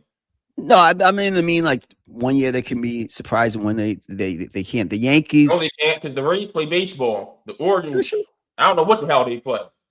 I think the class of that division is the Yankees and Toronto. And that's kind of what it is. Boston, Baltimore, and Tampa could be 1 year. Boston could get up there 1 year. I don't know. I just think there's too much. No, I don't want to say too much talent. Has the young talent produced? Has it lived up to the hype? Gunnar Henderson's on pace to hit his most home runs, but had his worst batting average by far. What about Holiday? Still injured. Westberg still injured. Jeremiah Jackson's been a pleasant surprise. Never been a fan of Tyler O'Neill. And he ain't working out. Mountcastle, I mean, he's there like he just knows his time's up. Kobe Mayo is nothing. That so-called great farm system wasn't that great. Or, matter of fact, it was, and the coaching and the organization is just awful, because Kyle Stowers left and became an all-star. Connor Norby left and looked pretty damn good. Joey Ortiz left and looked pretty damn good. I'm sure when Grayson Rodriguez is healthy, I wouldn't be shocked if it's the same thing with him. Yeah. And I'm sure Heston Kjerstad were to get away from this crappy organization, he'd look better than Stowers. Got some issues over there. Some huge issues. But what's their record? I don't even know what their record is. They are, hold on, I just had it up. They're in third place right now at 13-15. It could be a lot worse. I hear you. But the people like me who were down on the Orioles and this time last year were told the same thing. It can be worse. It'll get better. No, it didn't. We kept telling y'all it wasn't, and that's exactly what happened. It didn't get better. It got worse. If they get rid of Elias, we had no reason to believe. If you get rid of Elias, who's up? Who's the guy? Who's the replacement? That ain't for me to I thought you got out a young guy, young executive. You had. That ain't for me. I ain't the one getting paid. Go hire somebody that actually knows how to build a baseball team instead of just drafting some guys. So that's all Elias can do. He can draft them, but then he can't develop them. I'm always going to Tampa first. Tampa, I'm trying to get the next young executive from the Rays. I'll take somebody from Cincy. Cincy? I love what they've built and how they've actually developed their young guys. They developed young guys. I would really not well. mind someone from Cincy's front office. I'd always, like you said, Tampa, I'd always go to the Dodgers front office also. Yeah, I'm never going to. Because they've always got prospects that are worth trading somehow, some way. In the recent year, the Brewers and Cincy has done a really good job this year, but the Brewers have also developed a lot of good young talent over there. They're 14-13 and in last place. The Central was so great, and I mean, we can talk about it now, sure. It is a shame that it's impossible for more than Like, I'm gonna be honest with you. I feel bad for the teams in that division because the East is going to be a one bid division. The West is going to get the Dodgers and the Padres. That's going to leave. I think we get 3 teams out of the Central this year. And the teams who finish in last place, I'm going to feel bad for. But I think it's probably going to end up being St. Louis and Pittsburgh. And that's probably going to be enough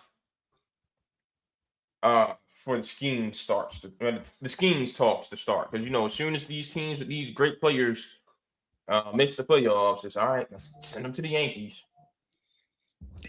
Send them to the Yankees, yeah. But he's under control through 2029, so I don't want to hear that conversation for years. But that haul you can get for him right now, you probably get. If I'm training him this offseason, right? I shouldn't even brought up the possibility. I don't know why I did it to myself. Yeah, I'm just like thinking our rotations are the best in baseball right now without Cole and Rendon. Jeez, man. All right, I'm not gonna go there. But if I'm Pittsburgh, I'm getting 2 blue chip prospects and 2 4 chips. I gotta get 5-6 guys for that guy. He's the best pitcher in baseball. Hey, Pittsburgh, you're in 3rd place right now. You're gonna be in it till the end. Be buyers at the deadline and just keep building the team around them. You have until 2029 to at least reach a pennant to try to convince him to stay. Don't listen to this daggone conversation. I don't know why I brought this up. I'm so mad at myself. Don't you think it sucks? You are one of those markets, and you're on borrowed time with guys like that. It would pain me. I would have to sell it to like Mark Cuban and have a real fighting chance to go keep someone like that. Simple as that. I'm mad. I brought it up. All right, Sean, what's going on in the Midwest? All right, so Billy Donovan, after 6 years, I think, is stepping down to leave Chicago. Chicago's going to have a new president of operations, new general manager, and new head coach. What's next for Billy? Should he have taken the UNC job? What's your thought? He probably should have. He should have taken the UNC job. Shut down anyway. He should have took the Carolina job. I would exactly think it, because I'm thinking in this cycle, Orlando, I thought, but it's looking like if Mosley gets past the first round, he's not going to get fired. And then Milwaukee's gone. No. If they upset Cleveland like I think they can, he won't get fired. He gets fired if they lose the second round? Yeah. Okay. All right. So Orlando's job will be available. Milwaukee's taken, which I don't know why Taylor Jacobs took that job right away. I don't want that job. Taylor Jacobs could have waited. Who else would be available? Who else? Chicago's available now. Hold on. Sacramento's not. I remember the teams I was saying. Ted Leonsis. Why does Brian Keith still have a job? He's staying. He's staying, man. You already knew that. He's staying. So is Billy taking a year off? I know his dad passed away. He had a tough year, but I would have took the USC job. No, take the year off. I didn't know his pops passed here. Take the year off. Yeah. And these jobs aren't good unless you think Orlando is playing much better. But I don't know if they have that guy, but I wouldn't have stayed in Chicago. And I'm looking at the list right now. I just made myself mad. Brian Keith really hasn't been fired yet. No, he's not. He's starting next. He's going to start the year. I'm looking at teams right now. What teams should fire their coach? I'm so confused, man. If the Knicks get upset by the Hawks or lose before the NBA Finals, you're gonna fire Mike Brown after 1 year. No. Okay. All right. So Cleveland, no. Raptors, no. Hawks, no. Sixers, maybe. But I don't know if Billy Donovan. The Sixers have a Joel Embiid's contract. Oh, excuse me. Joel Embiid's contract and the Daryl Morey issue. Those are their issues. Miami, Brooklyn, no. Pacers, Wizards, no. Nuggets, Rockets, Wolves. Yeah, I wouldn't want to work with that owner now in Portland. Thiago's probably going to get the interim tab removed. But they were trying to lowball him with their. Do you want the Pelicans job? I'm not leaving the East to go to the West for the Pelicans Hell job. no, I don't want the Pelicans job. Nah, Pelicans ain't even got no fans. What the hell? Billy, you should have gone to UNC. UNC would have. I love Malone going there. Now more I thought about it, but he should have gone to UNC. New era in Chicago. That's all I got to say. Let's talk about a rival of the Bulls, the Knicks. Specifically, let's talk about the Villanova products on the Knicks and how they played this series. My boy CJ Walk Down McCollum is back at it, and his new victim is, drum roll please, Jalen Brunson. Come on down. Yeah. He is getting Jalen Brunson on up top and on the wing as much as possible and giving him the business. And it is warming my heart. Yeah. And let's go to the next Wildcat, Josh Hart. Nothing offensively. And let's go to the next Wildcat on a terrible contract and the worst trade I've ever witnessed. 5 first-round picks for none other than Mikal Bridges. In what world does Mikal Bridges think he's supposed to attempt a game-winning shot? I have no clue. Why Mike Brown didn't use one of the timeouts? Actually, no, they didn't have one. NBC admitted they screwed up by having the timeout on the graphic. But Mikal Bridges taking a game-winning shot. Lord has produced nothing. So Josh Hart, you want to listen? I know Stephen A. Smith's an easy target. He's easy to be mad at. No one wants to listen to him. You damn right. I don't want to hear him talk about any games from the weekend or from Saturday night when he was at the White House Correspondents' Dinner. Why was he there? I have no clue. Whatever. But what did he say that was so wrong about your boy Mikal? Now my boy. He ain't. I'm talking about Josh. I'm talking about Josh. I'm talking about Josh Hart here. Okay. Not my boy. Nothing wrong about him. So, maybe I need to stop being so defensive, because I'll tell you what, I damn sure rather have Dante DiVincenzo than Mikal Bridges in 5 first round. I'd rather have Dante DiVincenzo on my 5 first round picks than Mikal Bridges. Without a question. I think that's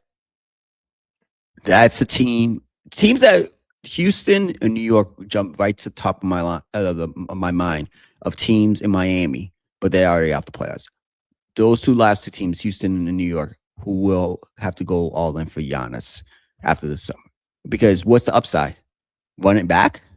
Run it back? You got to get the Knicks, not the Knicks. You got to get Milwaukee to take Bridges' bad contract. Or, actually, no. You actually have to give Anunoby for the salaries to match up. And really be screwed because he's just shut down defender. So even then, you still got the defensive liability that's Jalen Brunson. And for all y'all haters who wanted to go at my man Becky Hammond for saying he can't be the best player on the championship team, now look at you. No, it's true. I've been saying that. A small guard like that cannot be the best player on a championship team. You have to be really dynamic to be the best player. It's not even that. If he just played some defense, he'd be fine. Like Chris Paul had the because he was small, but he could play defense. He could have been the best player on a championship team, and he couldn't get it done. You know what I'm saying? Like, and that's he never had the team to get it done. To be honest with you, Sean, those Clippers teams. No, he had Matt Barnes and old ass Danny Granger starting at the small forward. Hell no, them Clippers teams were never going to win a chip. He had Chauncey. He had old ass Chauncey as his 2-guard one year, and he had no defense playing JJ Redick. No, them Clippers teams were nowhere near championship contenders. I don't care what anyone says. Blake Griffin couldn't stretch the floor yet. No, Jordan was the worst free throw shooter in basketball. Sean, go look at them rosters. Them teams were nowhere near championship contenders. I don't care what anyone says. I've seen a lot. And the icing on the cake was Doc Rivers and Vinny Del Negro was the head coaches. Them Clippers teams were never going to win a chip. No, I won't even tolerate that slander. So Chris Paul. All right. So what happened when he had a chance? I heard you saying he had a chance. What about in Phoenix? Phoenix, as time passes, I see that ain't a championship. Ooh. Aiton, Shaw, That- hold on, and I'm gonna tell you why. I'm gonna tell you why right here. Here's like excuses Because for I Chris just Paul. watched this story. Let's go ahead and skip right to it. Devin Booker cannot play against good defenders. I'm sick of talking about it. Y'all wonder why he's no longer in the conversation for best two guard in the league. This is why. Look at this series. Look at when Minnesota sent their asses home with Kevin Durant, and go look at that finals. He does not show up against good defenders. And you know why? Because he saw. This all started, hey, Joakim, we ain't doing this double team that open runs. Let's work on our game. That's work on your game. I don't want to hear nothing about Devin Booker. No, y'all talking about Kobe this and Kobe that. Y'all want to stop disrespecting Kobe Bean Bryant by throwing all these regular ass people in the same conversation as him. This man, Devin Booker, sees defense and pisses down his leg. I don't want to hear it. He doesn't do anything against good defenders. I see Ant go out there and give your best defender the work. I see Shea go out there and foul your best defender out. See Luka go out there against everybody but OKC, to be honest with you, and give your best defender the blues. Does Devin Booker do that?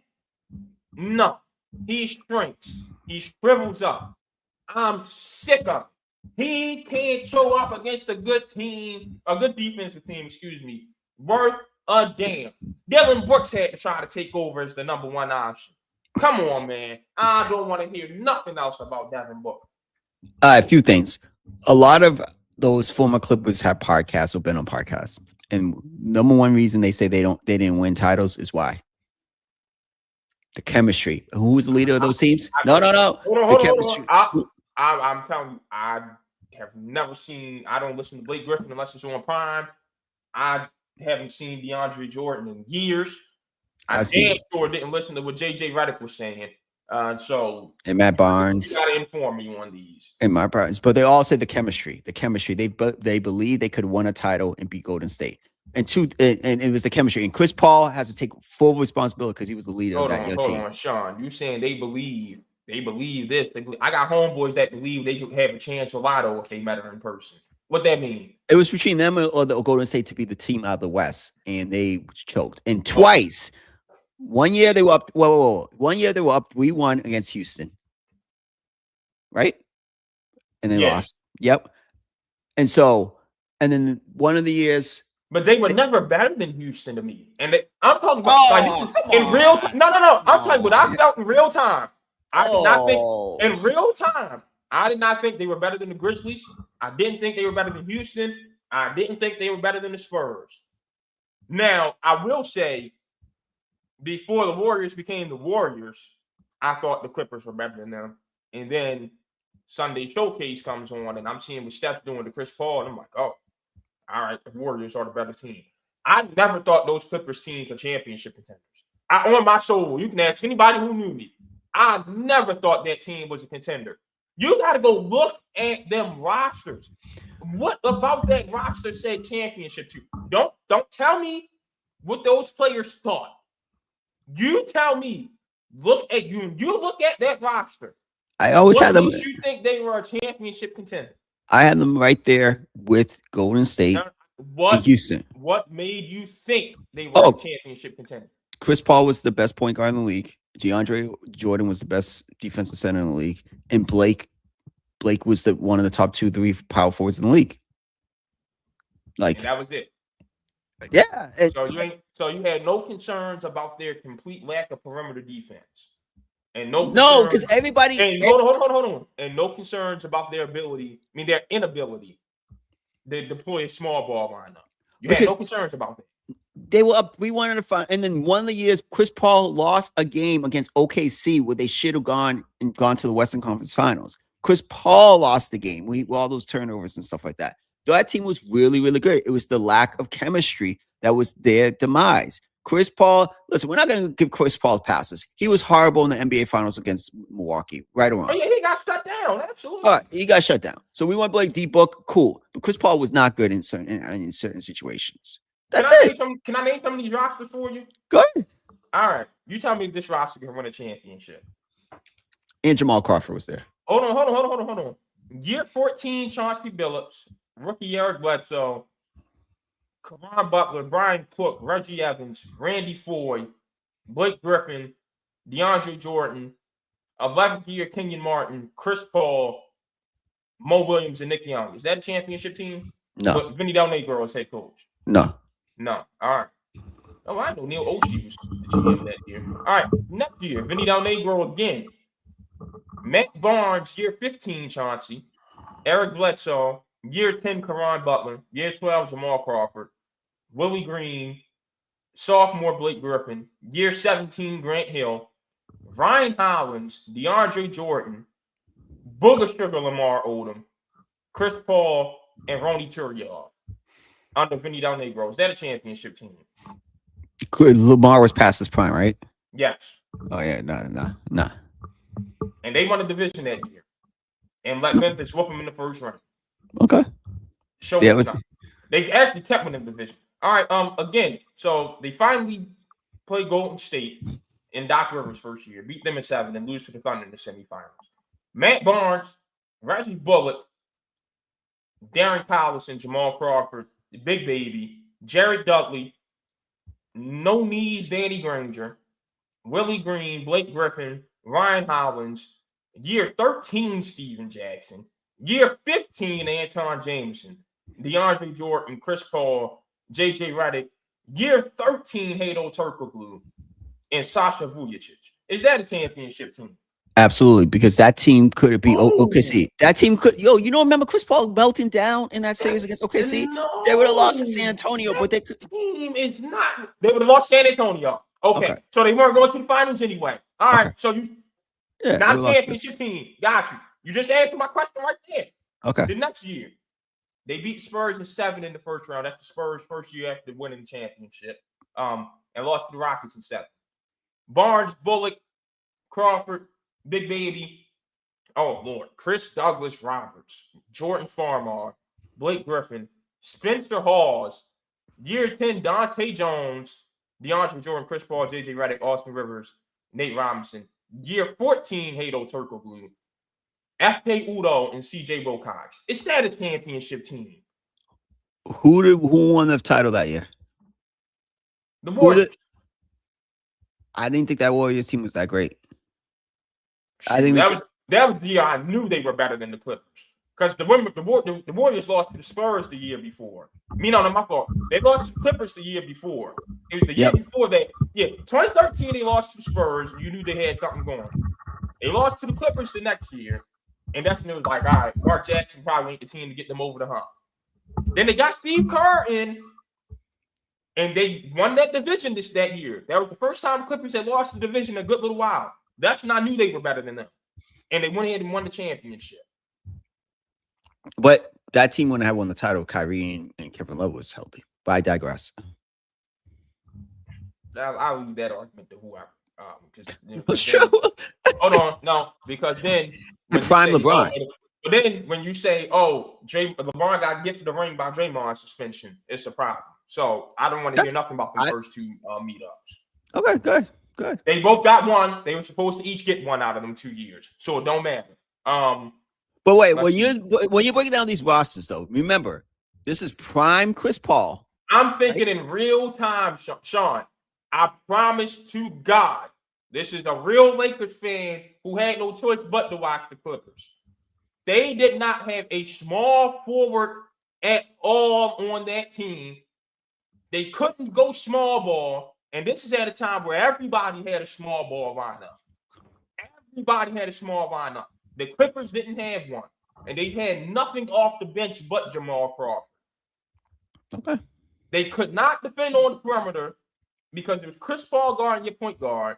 And that was a wash, fine. But then J.J. Redick and whoever was the old-ass small forward was getting their cake baked each night.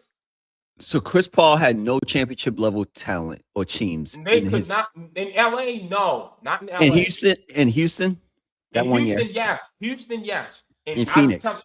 and no, that Phoenix team at the time, I thought so. Hindsight is 2020. Right now, it does not look like that team had a chance to win a championship. That's all I'm saying. It's crazy because I remember us doing this podcast. You were saying Chris Paul. At that time, I thought they were going to win it. Yes, I know. I'm admitting to that. At that time, I thought they were going to win it easily. And at the time, I still remember, like yesterday, you said that Chris Paul was already a top 5 point guard. I told you after that performance, he's out of the top 5. I don't even hear him in the conversation. I said that. So and I haven't been able to argue with you since. Okay, but you already had him in the top 5, so you can't already say about that Phoenix team wasn't a championship level team. You top 5. It's time. Hold on, Sean. Time passes. There are certain things that get better with time, and there are certain things that become more clear with time. One of the things that has become more clear, that team was not going to win one because Devin Booker, as we are seeing now, does not show up against good defenders. And what did Drew Holiday do to him? Was it all right? Drew Holiday killed him and Chris Paul. Exactly. And we now see DeAndre Ayton against good centers. What does he do? Giannis was the reason they lost the finals. So again, what does DeAndre Ayton do against good centers? Nothing. He gets cooked. And what did Giannis do to him? But at the time, I just gonna say yes or no. Yes. At the time, I thought they could. Yes. And at the time, was Devin Booker the best shooting guard in the league? Yes. All right, what are we talking about? We had a top 5 point guard and the best shooting guard in the league. What are we talking about? All I'm saying is history has shown us that roster actually could not win one. That's all I'm saying. Because Sean, I guarantee you, it's a team from the 90s you thought could have won a ring, and you look back at it now, and you're like, no, they couldn't have won one. No, that's fine. There's a few teams like the Knicks, the Pacers in the 90s. Like I look back at it, they didn't have the guy. Well, Pacers did, but the Knicks didn't have the guy on the perimeter. Patrick, you can't. You know what I'm saying? I get that part. That's my point with the Suns right now. That's the Suns are my Knicks. I thought they had it, and now that I look back, no, they did not have somebody who actually wants to score against good defenders, and they did not have a big fella that play interior defense. And I'm be honest with you though, that's the front office's own fault. Because remember, DeAndre Ayton looked like David Robinson at Arizona, big as hell. I would have taken him that one. And he got the Phoenix, and they made him lose all that muscle for some reason. And he ain't been the same since. I would say this though. Chris Paul, the year before, they won the bubble and they made some noise. Chris Paul gets traded there and he elevates them to number 1 in the West. As they won like 66 games that year. Yeah. And Chris Paul was the best point guard. There was no question. I said Chris Paul should have been MVP that season because of how much he meant to the Suns. Exactly. Absolutely. So he elevated them. And then you had the best shooting guard in the league at the time. Right? But now we see, just because he was the best 2 guard in the league at the time, it's some guys who were in the league at that time at the 2 guard spot, Sean, that have since then clearly surpassed him. Namely, one Luka Doncic. Luka's not a 2. Like, let's not even have this conversation. No, come on. Let's go. Let's not do this. He's a 2. Kane Cunningham's a 2. Shay's a 2. I don't want to hear it. No, we're not doing this. We're not doing that. They don't play the same position. Those guys have the ball. Their usage rate is completely different than Booker's. They're not the same players. Let's not do that. Let's not do that. 2 guards. I agree. In naturality, they're 2 guards, but we don't like James Harden. No. Because Phoenix does use Book like that. They keep trying to make them a point guard. What? Now they do. Until this year. Yeah. They're doing the same exact thing. No. I damn sure ain't tripping on this one. I definitely have an argument. They kept trying to turn him into Luka and Shay and Cade. Wait. So Luka year 2 was better than Devin Booker? No, since then, yeah, that's fine. But that's No, but at the time. No, he was not. Yeah. No. Oh, okay. No. I don't even think Ant was in the league. No. Yeah, okay. No. So yeah. Since then, there have been 2 guards that have come into this league and surpassed that. Absolutely. I'm not knocking that. But I do think that also one last point, we can move on. I've seen Kobe struggle in the NBA finals and his team still win. Like So and Kobe didn't Oh have Chris Paul. yeah, when they won 7 against Boston. Absolutely. Let's not call space. Kobe But was horrible. He wasn't afraid to take the shots, though. That's my point. That's fair. He wasn't coming up off the ball. That's fine, but he was horrible. I look at those numbers in that finals. Kobe was bad. And that's just what it is. He got the buckets his team needed him to get. And that's exactly all I wanted from Devin Booker. But game 7, even Michael's son tweeted this at the time. My dad would never have played like that in game 7. And I agree. That's it. Well, his pops would never went to a game. It's good point. Good point. But that's the only thing. And that's why it's a clear separation. Mike and Kobe. Yeah, simple as that. God rest his soul. I love my favorite player of all time. But I still don't think it's an excuse because Kobe never had a Chris Paul with him in the NBA Finals. Never had a Chris Paul. Never had his guy. Never had. He always had to be the best perimeter player. Well, exactly. My fault. He always had to be the one to initiate the offense. He said to himself, "I wish I had a Scotty." So I probably, that's why he loved Lamar Odom so much. That's the closest thing Scotty he ever had. Yeah. So there's no excuses for Chris Paul and D Book to not have won that title. I just don't, because there's only one Drew Holiday. He couldn't dominate and contain both of them at the same time. Had to take over. Yeah, exactly. So, exactly. But hold on, remember, whichever one Drew wasn't on, Chris Middleton was on, and for some reason, at the time, Chris Middleton played out of his mind in that series. Yes, he did. That is one I'll never forget because I used to hate on Chris Middleton some kind of bad. Before that series and since that series, he ain't never played like that. Yeah, that was the best series he's ever played in his life. And now he's just eating $33 million from Dallas. Shout out Chris Middleton. That's the Kirk Cousins of the NBA to me. Chris Middleton. He was making all-star teams, and it was like, yo, how is this guy making all-star teams? Eastern Conference all-star teams. Good point. That Kyle Lowry, Chris Middleton category. Oh, Lowry. Come on. And I'm supposed to respect. I haven't seen Kyle Lowry, Jeff Teague. Shout out Club 520. But Kyle Lowry, Jeff Teague, and Kyle Korver make all-star teams. And I'm supposed to respect the East? Al Horford. Come on, man. I don't even think Paul Millsap made one when he was in the West. Nah, but he made one in the East. Yeah. He made a few in the East. Yeah. Come on, man. And Chris Middleton. Yeah, that's that should be a separate category for those type of guys. I've been saying that since 2013. There's a difference between an all-star and an Eastern Conference all-star. Yeah, because Kyle Lowry, those guys would never like Kyrie, LeBron, Melo, D-Wade, they were Chris Bosh, they were all-stars. They were all-stars. John Wall. But Kyle Lowry, that's an Eastern Conference all-star, man. Come on. Yeah, there's levels to it. At some point, you had to put those guys in the Eastern Conference all-stars. All right, and Sean, you said you didn't like Taylor Jenkins to the Bucks. Yeah, I just didn't like it because I felt like I thought he's a really good coach, still really young. I think he got a bad deal in Memphis. But the good thing about him going to Milwaukee, I understand why Milwaukee, it told me a lot of what Milwaukee's thinking. One thing we talked about Memphis, and they still do it really well, they know how to develop players. Like, they could get a lot of guys who are fringe NBA players and develop them. They're going to have to do that a lot over the next 4 to 5 years when they get out of this whole Giannis asset, Dame stuff. They're going to have to develop. That's the key for Milwaukee. Hopefully they get a top 10 pick and they can learn how to develop. He's really, really good, really smart guy from Ivy League school, I think Penn. I like him as a coach a lot. I just think, that's a tough job. That's a tough job, especially if you don't know what you're going to get for Giannis, and then also you don't have your draft picks. So when anybody says about them tanking, what's the purpose of tanking? That's why I think getting Şengün and a Shepherd, and then your draft pick now, start building it out that way makes more sense, because you can't have a full Utah Jazz, Washington Wizards tank because you don't own your picks to 2030.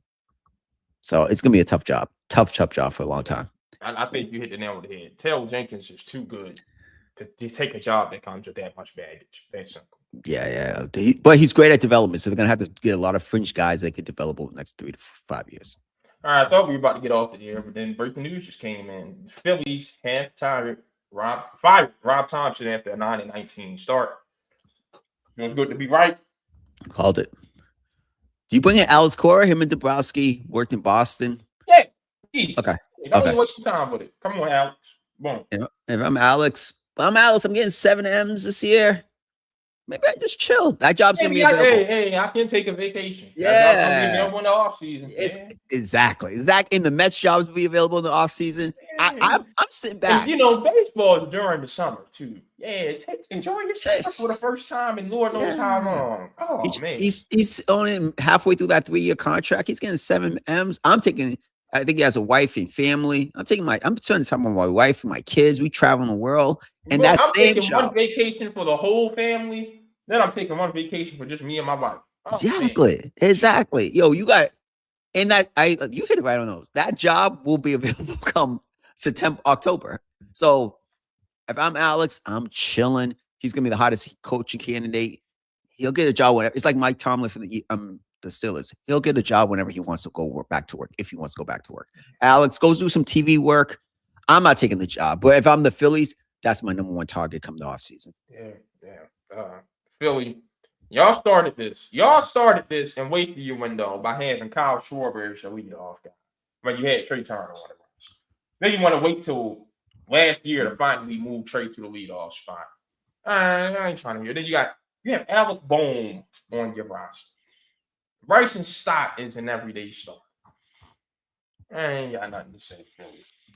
They deserve this. And no more Hunt for Red October talk this year. Yes. No, that's done. But also, I do think that's a little older. And that's another thing. How do you waste that kind of home field advantage? Because out of nowhere it gets as loud as CBP in the playoffs. I'll give them that. And you waste it. I thought they had the it factor. If I think about it, if I'm Alex, I'm taking my time because I don't know if I love the roster in Philadelphia. And they're an older team. I think if you fix the hitting approach, the Phillies can be just fine. Fix the lineup, fix the hitting approach. Okay. All right. If you have that mindset, that might be it. But he's gonna. All you gotta do is move on from. You only need 1 or 2 additions. That's it. And if you say, "Hey, I got to trade Schwarber to do it," that's fine. That contract. For his batting average, I'm not a fan of. I'm not a big fan of that. And you do have to find a new catcher because JT Realmuto's washed. Yep. But if you're probably okay, maybe you missed the playoffs for 2 years, but when you're back, you will be back. You know what I mean? Like I can deal with a minor retool with what Philly has going on. But I understand Middleton. I think he's the owner, John Middleton. He got some pockets. But he ain't Steve Cohen. That's my thing. And I'm like, yo. But you don't need the biggest pockets. You just need the best scouting. That's it. Well, that's what I'm saying. With Stevens, we know he can do well in Stearns. Is that his name? Stearns. Yeah. And Stearns, excuse me. Stearns in what he did in Milwaukee. He can do well. I have a lot of faith in him as a general manager, president. So I would put my faith, and no offense to Dabrowski, but he's the quick hitter guy. He's the guy he's not gonna develop it for long term, and we're gonna flame out. Yeah. I think I'm waiting for the Mets job, and I believe in Stearns. I got my owner, and we're gonna build it, and I'm one of the better managers in the league. I'd rather build it out that way, to be honest with you. In the same division. So just wait till October and see how everything pans out. Take the vacation. Don't even think about baseball. That's why I saw the picture and they all was smiling about to get on the jet on his IG when he got fired because he knows I got 7 M's still coming in and I get any job I want.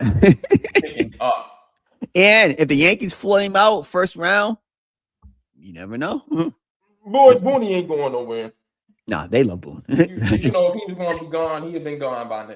And Booney ain't going nowhere. Yeah, the owner loves him. Man, I'm not mad at Boone anymore. I'm mad at more Cashman. So I don't have the desire anymore to have Boone fired. It's more Cashman and stuff. But we do have the best rotation in baseball. I don't know if I said that more than once. So I have a lot of faith in us. And Ben Rice. Woo. Off to a great start. Did not expect that from Ben Rice. Yeah, he's what y'all needed Jason Dominguez to be. Yeah. You not say that name. I know that's a bad word in the Bronx right now. Yeah, he wash. Wash. All right. Well, we'll be back tomorrow reacting to NFL draft weekend. I can't wait to see what you thought about the draft. I got 3 winners. We'll talk about that tomorrow. All right. Well, yeah, we'll get into it. So tomorrow, 8:30. See you. Adios.